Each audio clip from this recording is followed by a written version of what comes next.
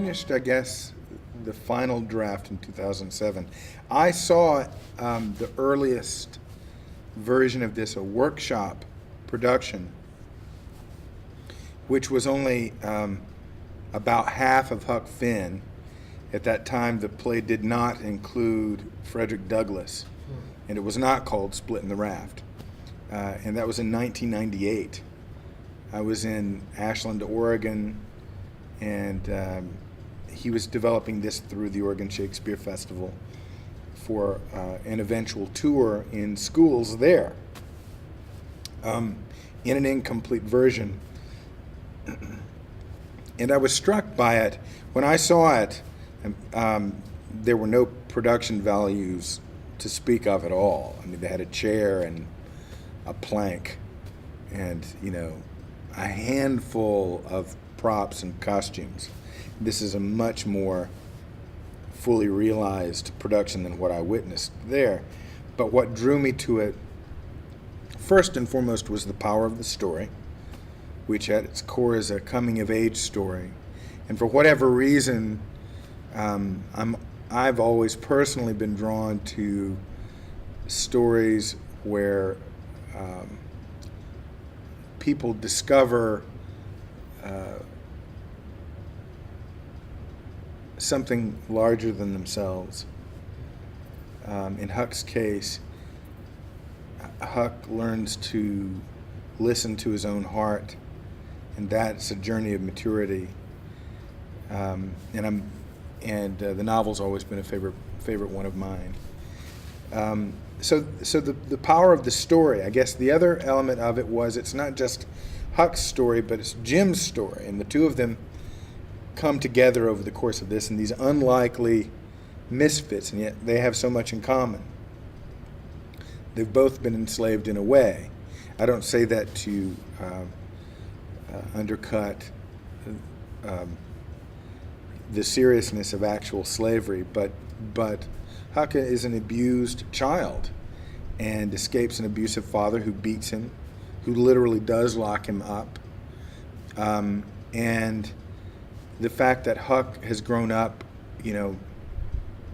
semi-homeless, has its obvious bad points, but it also has its good points. And Twain is very brilliant in the way he demonstrates Huck's strength is his unspoiled quality. Huck is a foil for the rest of the world around him. He says so many hilarious things, but he's completely unaware of his own humor. And through Huck's naivete, we see something about the injustice of that world. And then in this particular play, it reveals a lot about racism and how we're still, when you really look at the magnitude of that and don't sweep it under the carpet, it's no surprise that we're still dealing with it. As Frederick Douglass says at the end, it's true that we are no longer slaves, but we are not yet quite free. And the story is a quintessentially American story, a story that challenges us to live up to the highest of American ideals, where, our forefathers, when they came up with this radical idea of being, of equality, it's not something that they just accomplished so many years ago and we can move on with the rest of our lives. Equality is something that we constantly have to weigh ourselves against. Like any high standard, we have to live in constant relationship with that ideal and measure ourselves against it again and again and again. And if we look at the ideal and if we examine ourselves truthfully, that can be a difficult process. So these are the reasons that the story is powerful for me.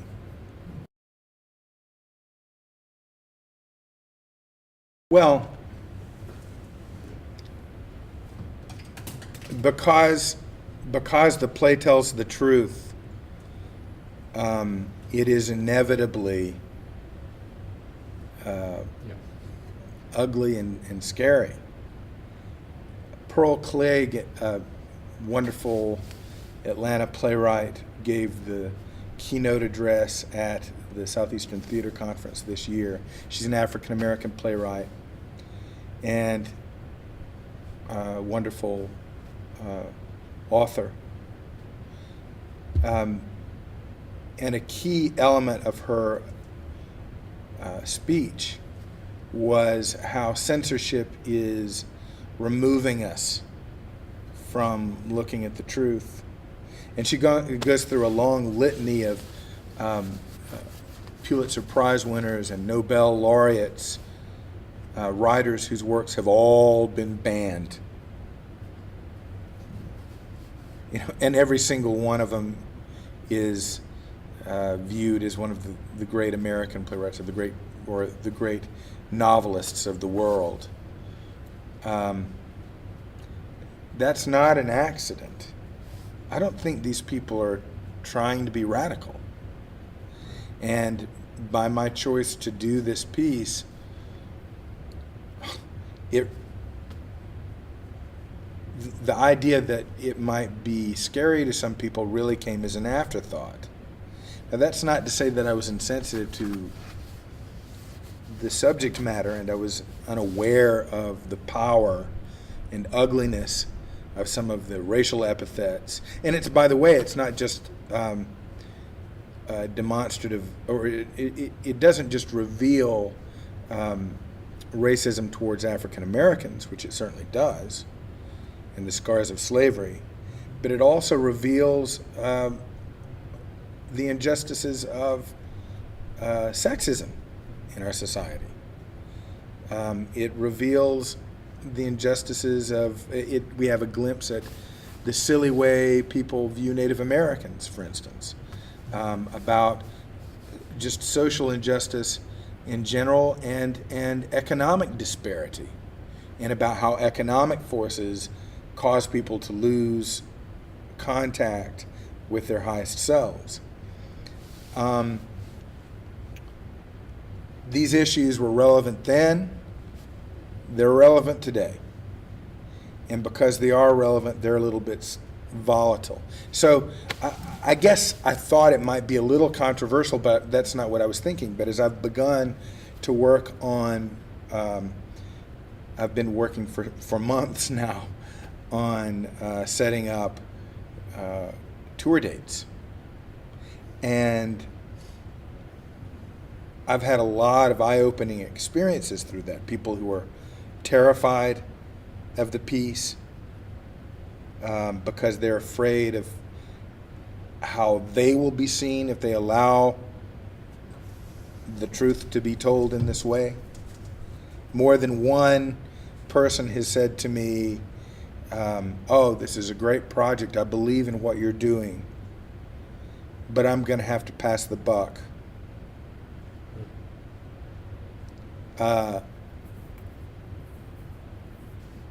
One prominent school administrator wrote me a very curt email saying we would not be involved in this project. Another school administrator from a different school district said, I pitched it, but they said we're just not ready for this yet. It's 2011. We're not ready for a book that was written in 1878.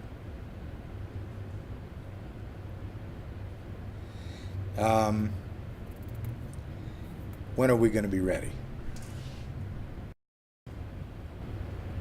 I try to be led by my heart. That's what this play is about.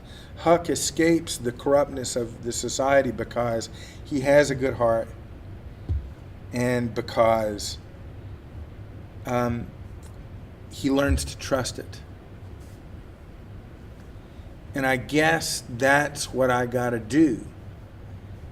I don't approach the material by trying to dress it up. I don't approach the material by trying to make the ugly parts pretty. But I try to tell the truth, but I try to tell it from my heart. And really, it's not me, of course. It's the material.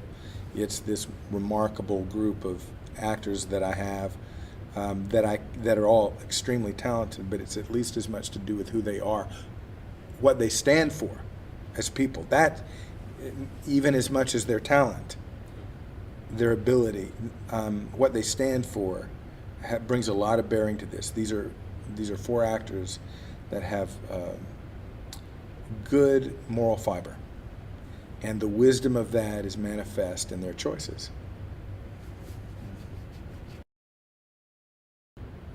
I think I'm not, I don't want to make people mad. Right. But I can only guess that some people will get mad. That's not all bad if it's the kind of mad that makes them hash it out. We're not, as this project here is, you're filming this and doing this wonderful documentary, is one element of the fact that we're doing a lot more than a production. We're doing a lot more than just staging this production and touring it. We've provided a website with a study guide, with lesson plans, with historical information, with links to various film interviews about it. And we're going to be providing a 20-minute talk-back session after each performance, which is very, very important. Because it's going to help people. Hopefully, if we do our job right, they're going to have to talk about it. So I guess I expect that. The worst possible outcome would be apathy.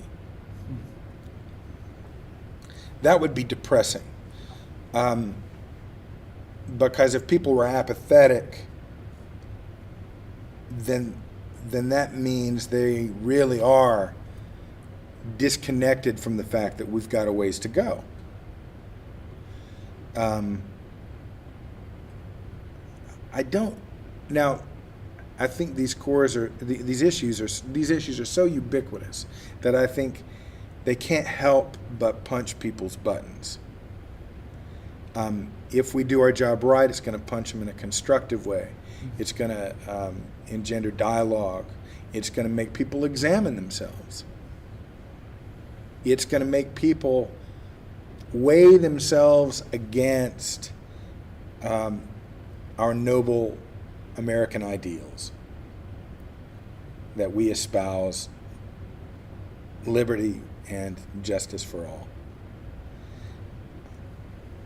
I am an optimist.